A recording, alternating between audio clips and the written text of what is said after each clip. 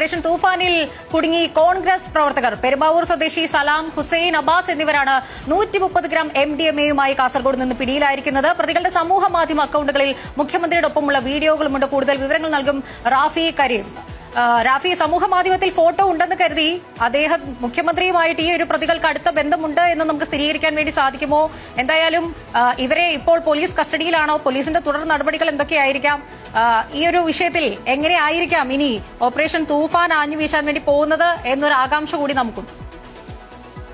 തീർച്ചയായും ഇന്ന് നടത്തിയ പരിശോധനയിലാണ് 3 പേരെ 130 ഗ്രാം MDMA-യുമായി കാസർഗോഡ് ചന്ദേര പോലീസ് പിടികൂടിയത്. പെരുമ്പാവൂർ അറക്കപ്പടി സ്വദേശികളും കോൺഗ്രസിന്റെ പ്രവർത്തകരും ഒപ്പം തന്നെ യൂത്ത് കോൺഗ്രസിന്റെ ബൂത്ത് തലത്തിലെ ഭാരവാഹിയുമായ ആളുകളാണ് പിടിയിലായിരിക്കുന്നത്. അതിൽ പെരുമ്പാവൂർ സ്വദേശിയായ PA അബ്ദുൾ സലാം, KH മുഹമ്മദ്, ഹുസൈൻ ഒപ്പം തന്നെ PA അബ്ബാസ് എന്നിവരാണ് പിടിയിലായിരിക്കുന്നത്. ഇതിൽ മുഹമ്മദ് ഹുസൈൻ യൂത്ത് കോൺഗ്രസിന്റെ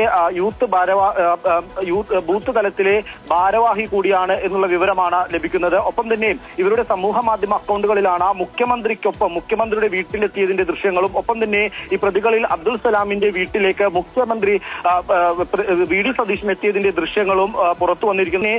130 ഗ്രാം MDMA എന്ന് പറയുമ്പോൾ വലിയ അളവിലുള്ള MDMA-യുമായാണ് ഇവർ പിടിയിലായിരിക്കുന്നത്. ഇവർ ബാംഗ്ലൂരിൽ നിന്ന് പെരുമ്പാവൂരിലേക്കുള്ള യാത്രയിലായിരുന്നു എന്നുള്ളതാണ് പോലീസിൽ നിന്ന് ലഭിക്കുന്ന വിവരങ്ങൾ. അങ്ങനെ പോലീസിന് ലഭിച്ച രഹസ്യ വിവരത്തിന്റെ അടിസ്ഥാനത്തിലാണ് മംഗലാപുരം കഴിഞ്ഞതിന് ശേഷം കാസർഗോഡ് ചന്ദേര പോലീസ് സ്റ്റേഷൻ പരിധിയിലേക്ക് എത്തുമ്പോൾ ഇവരുടെ വാഹനം പരിശോധിക്കുന്നതും വാഹനത്തിൽ നിന്ന് 130 ഗ്രാം MDMA പിടികൂടുകയും ചെയ്തത്. ഒപ്പം തന്നെ പെരുമ്പാവൂർ സ്വദേശിയായ ഒരു വ്യക്തിയാണ് ഈ MDMA പെരുമ്പാവൂർ റിസീവ് ചെയ്യുന്നതിന് വേണ്ടി കാത്തിരുന്നത്. ഇയാളെ കൂടി പോലീസ് ഇപ്പോൾ കണ്ടെത്തിയിട്ടുണ്ട്.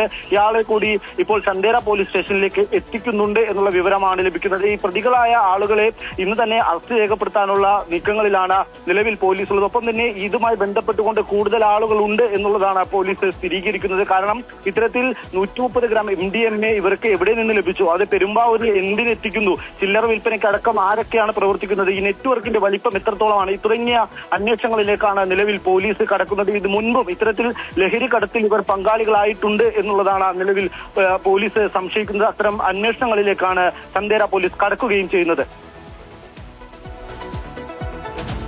തീർച്ചയായിട്ടും. അപ്പോൾ ഇത് അവരുടെ ആദ്യത്തെ കേസല്ല എന്നുകൂടിയുള്ള ഒരു സംശയം ഇവിടെ ഉദിക്കുന്നുണ്ട്. അത് മാത്രമല്ല, യൂത്ത് കോൺഗ്രസ് ഭാരവാഹി ഇതിനു മുമ്പ് VD സതീശൻ പ്രതിപക്ഷ നേതാവായിരുന്നപ്പോൾ അവരുടെ വീടുകളിൽ സന്ദർശനം നടത്തിയെന്ന് പറയുമ്പോൾ അത് ചെറിയൊരു ബന്ധമല്ല എന്ന് വേണം നമ്മൾ മനസ്സിലാക്കാനായിട്ട്, അല്ലേ റാഫി?